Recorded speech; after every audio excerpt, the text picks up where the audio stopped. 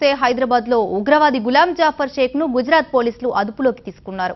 2003లో Ahmedabad bomb పేలుళ్ల కేసులో జాఫర్ షేక్ ను ప్రధాన నిందితుడు 12 ఏళ్లుగా టోలీచౌకీలోని హకీంపేట్ ఐఏఎస్ లోని ఓ ఇంట్లో ఉగ్రవాది తలదాచుకున్నారు. మరింత సమాచారాన్ని మా కరెస్పాండెంట్ తిరుమల రెడ్డి అందిస్తారు.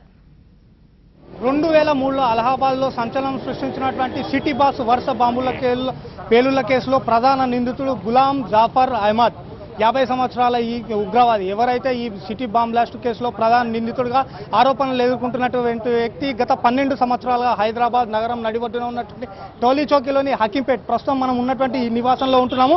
గత 2 రోజుల క్రితం గుజరాత్ యాంటీ టెర్రరిస్ట్ స్క్వాడ్ సంబంధించినటువంటి పోలీసులు ఇతను అదుపులోకి తీసుకోవడం జరిగింది. 12 గంటల ప్రాంతంలో అతనితో పాటు అతను నివసిస్తున్నటువంటి అతనికి సంబంధించినటువంటి అన్ని వస్తువులను కూడా పోలీసులు స్వాధీనం చేసుకోవడం జరిగింది.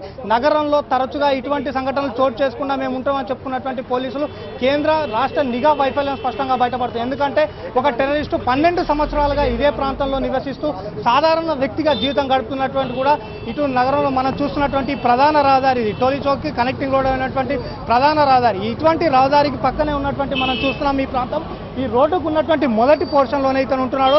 అయితే కొద్దిసేపటికి ఇక్కడికి వచ్చినటువంటి కొంతమంది స్థానికులు కూడా మనతో చెప్పడం జరిగింది ఇతను ఎప్పుడు ఈ తలుపు వేసే ఉంటుంది, ఇతనిలో ఎవరెవరు ఉంటారు, ఎంతమంది ఉంటారు అన్న దానిపైన కూడా మాకు స్పష్టత లేదు. పక్క గల్లీలో ఉంటున్నప్పటికీ కూడా ఇతను ఒక టెర్రరిస్ట్ అని గత 12 సంవత్సరాలుగా ఇక్కడ ఉంటున్నట్టుగా కూడా మాకు తెలియదని కూడా వాళ్ళు చెప్తున్నారు. ఏది ఏమైనా బట్టి కూడా ఇది హైదరాబాద్ సిటీ పోలీసులకు పెద్ద అవమానకరమైనటువంటి వార్తగా కూడా చెప్పుకోవచ్చు. టైలరింగ్ వృత్తిలో కొనసాగుతున్నాడని కూడా మనకి ఇక్కడ ఉన్నటువంటి సమాచారం.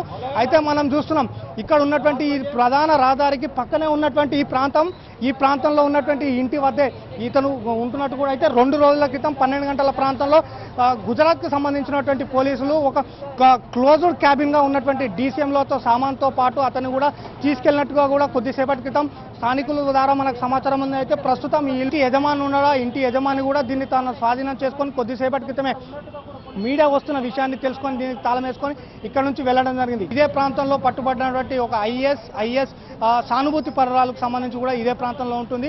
ఇటువంటి వారి పట్ల పోలీసులు కఠినంగా వ్యవహరించి ఇటువంటి వారు నగరంలో ఎవరు ఉన్నారన్న దానిపైన కూడా నిఘా వైఫల్యం స్పష్టంగా బయటపడుతుంది. ఇటువంటి నిఘా వైఫల్యం పునరావృతం కాకుండా చర్యలు తీసుకోవాలని కూడా స్థానికులు కోరుతున్నారు. కెమెరా పర్సన్ సతీష్తో తిరుమల రెడ్డి, సాక్షి న్యూస్, టోలీచౌకీ.